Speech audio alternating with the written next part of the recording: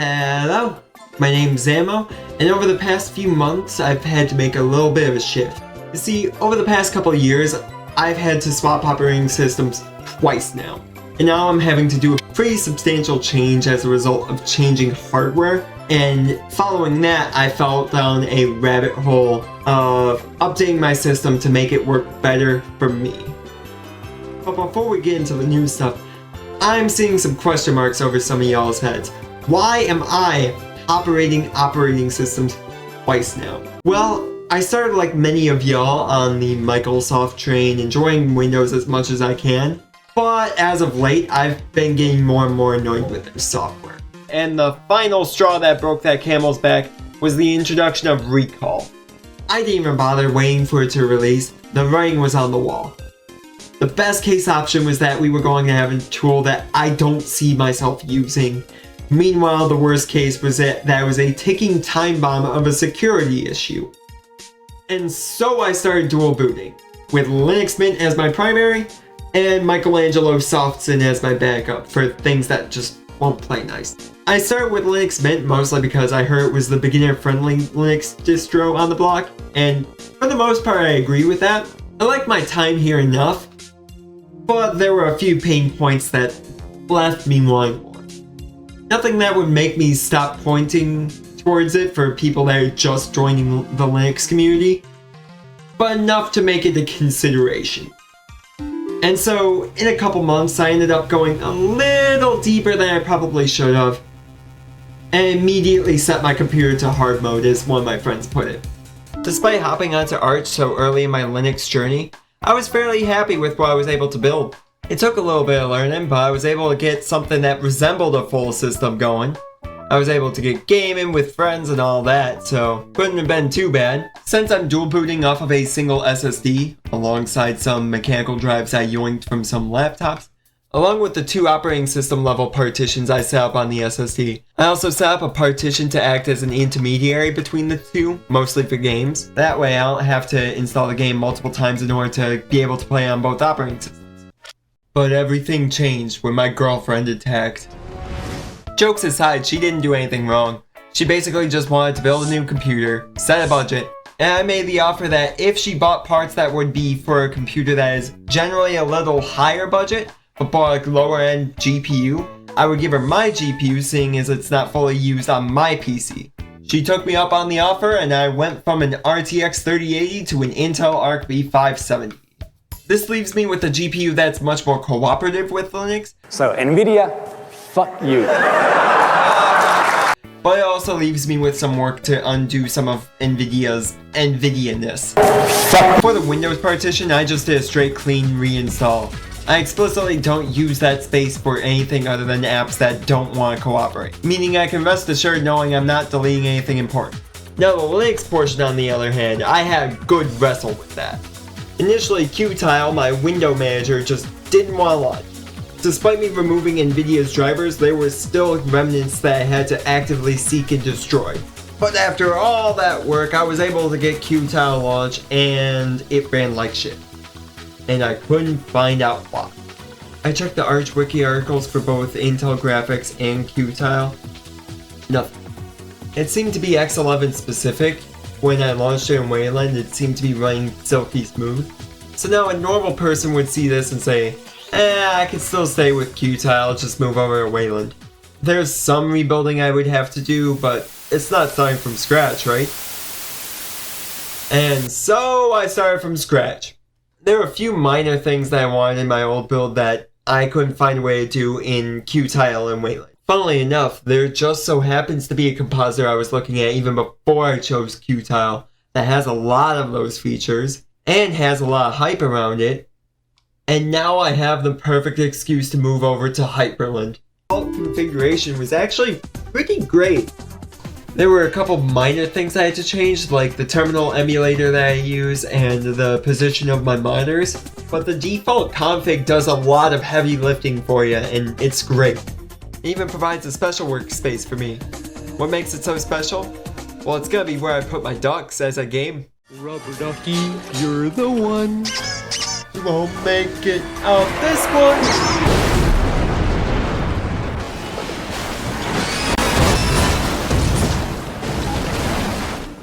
That said, there was one default that I wasn't crazy about. I'm not crazy about any of the wallpapers that came with it. While it's awesome that the community made these and voted upon the best of them, and that even the honorable mentions are great, they just aren't for me. You know, this kind of wallpaper just doesn't speak to me. I want a wallpaper that speaks to me, damn it! Yellow, we're learning about colors. Have you read about them? I will fucking end you! Why does the IRS keep on coming up on my caller ID like that? But now that begs the question, what do I want? I could go with the really popular desktop meta of astronomy photo or landscape photo. NASA and Wikimedia's daily photos have a lot of good candidates for that. That said, I don't really jive with this meta either, and I think it mostly comes down to the same reason for both of these. While one function of the wallpaper is to look nice, and I think that most of these wallpapers often do well at that, I don't think that's the only function that should be addressed here.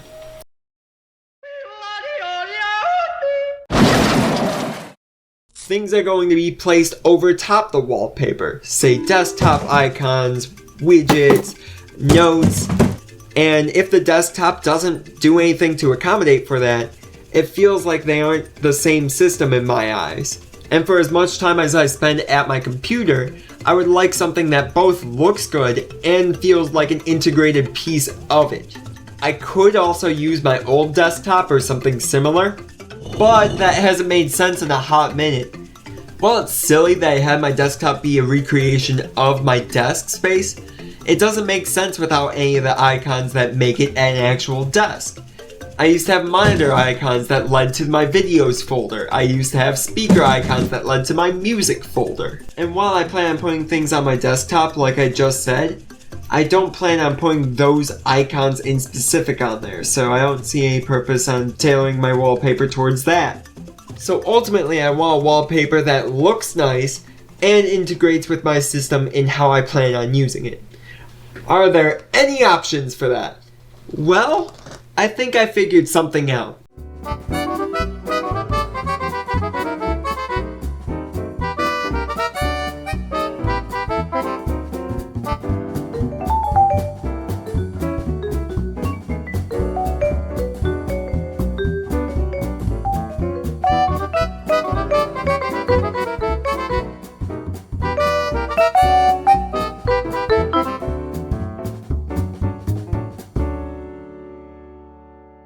And there we are. I think I'm at a draft that I'm happy with. Now, I'm not going to say it's perfect, like the color matching on the wall is a little off, but that's always going to change with like daylight and all that. You may also notice that the pictures on the bottom right are obscured. That's mostly just because I didn't want to dox my friends on YouTube. Yeah, sue me. Also, I realize I don't have pictures for all my friends up there. Like, there's plenty of friends I have photos with that I just don't have up there. But at the same time, I just want a draft that I could share. I want this video to be out. I have to draw a line somewhere. Please be kind. Love y'all. Hey, wait a minute. Why were you in there? You're supposed to be watching from your device. You're not supposed to be watching from in there, right? You weren't allowed in my computer. You don't know. I don't know what evil plans you saw in there. You're not leaving with them, though. Now I can hear some of y'all typing comments and legal papers that you're going to serve to me. You just spent 5 years yapping about system integration. Where the fuck is it? That's false advertising. And also, you just gave me a concussion with the blow to the head there. Well, don't worry your sweet dented head. We have a solution to the first problem. This little guy is a basic audio controller.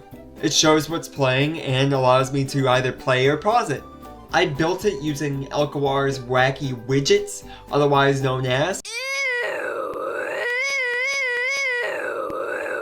And if the program name itself wasn't silly enough, I think y'all will be entertained knowing that the main configuration file is known as ew.yuck. I will admit that it looks a little jank, and that can mostly be chalked up to ew only supporting one axis for rotation. Meanwhile, the subset of CSS that it supports does not support any rotations at all.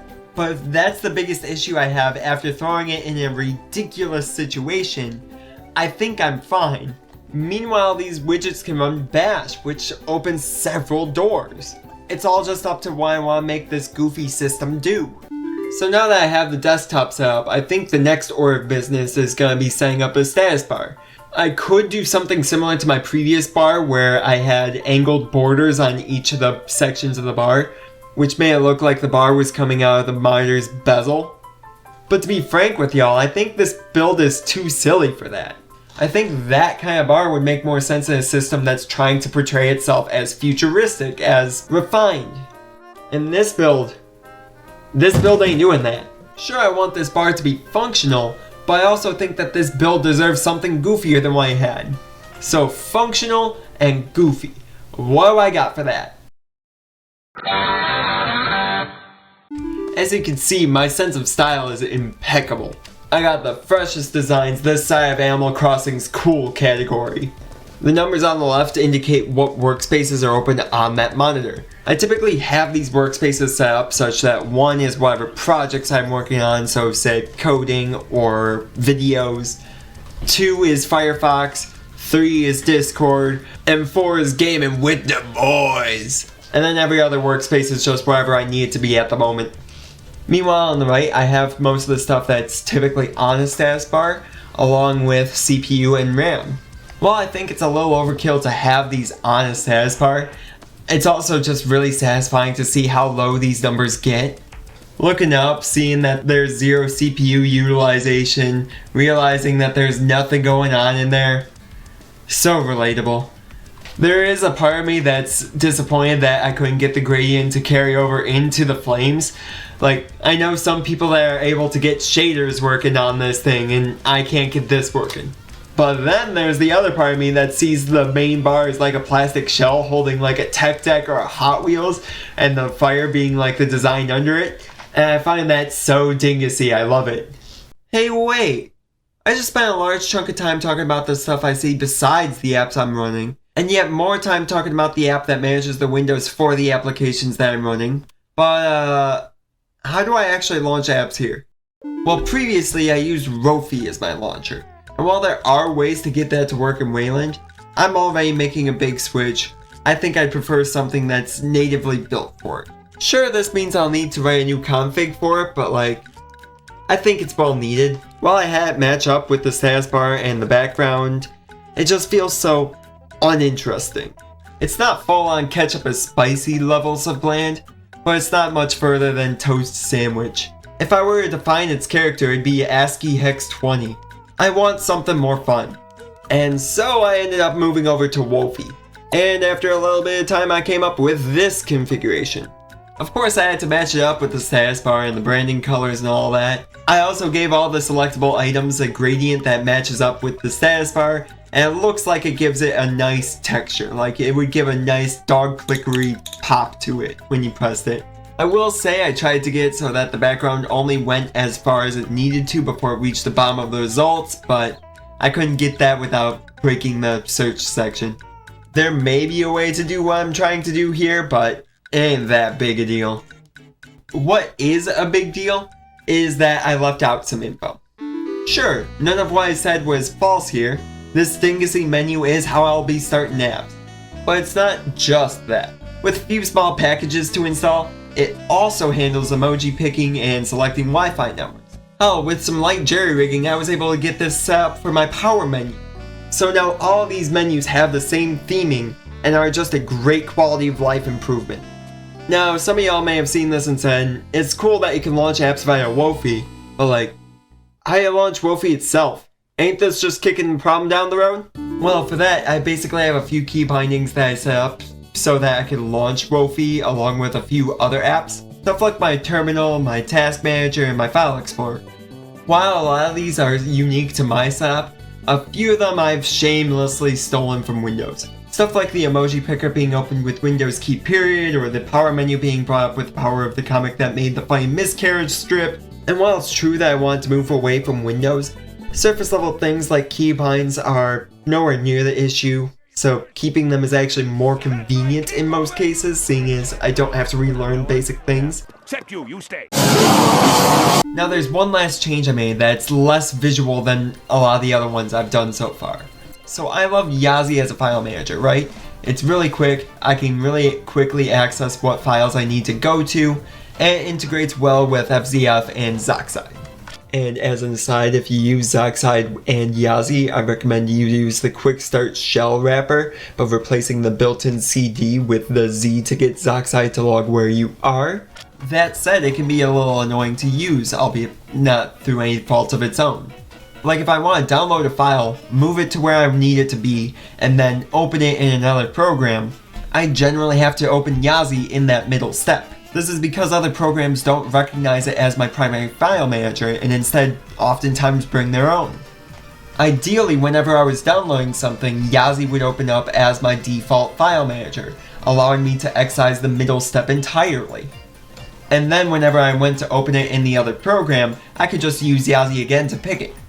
And that's why I learned of XDG desktop portals. They're primarily made for Flatpaks in order to get information from the computer into the sandboxed environment. They can just be used by other apps to get the same resources. One of the portal APIs that are available are for file choose. Meanwhile, there's a portal implementation that allows you to use a terminal file manager. Getting it installed was a little annoying. I had points where either nothing would launch at all or a window would briefly open and immediately close. But I was determined. You know, it's like what my friend Stando once said. Throw me to the bugs, I'll come back a father. And now I have it fully set up, and it's a little disappointing. Like when it gets used, it's great. I can quickly search for files or move whatever I'm downloading.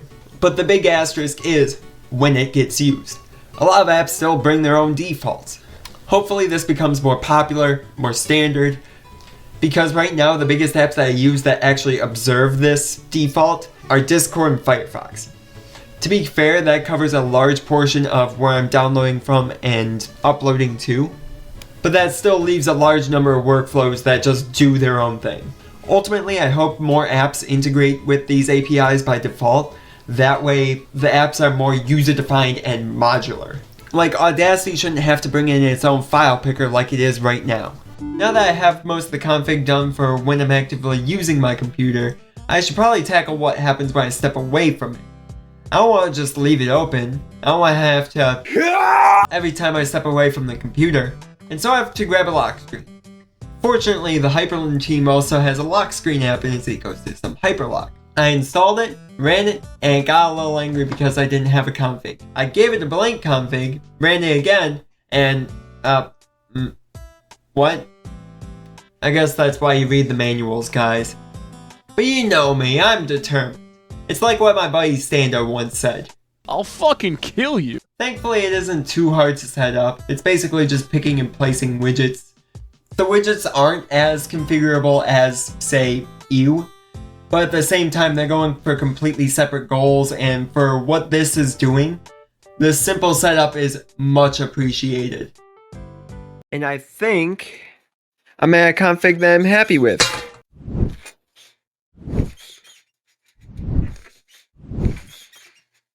Son of a bitch. Well, if you want to support this Linux user through their post-ricing crash out, be sure to like and subscribe and leave a comment telling them your favorite part of the build. Thank you for watching, and I'll catch you in my next adventure.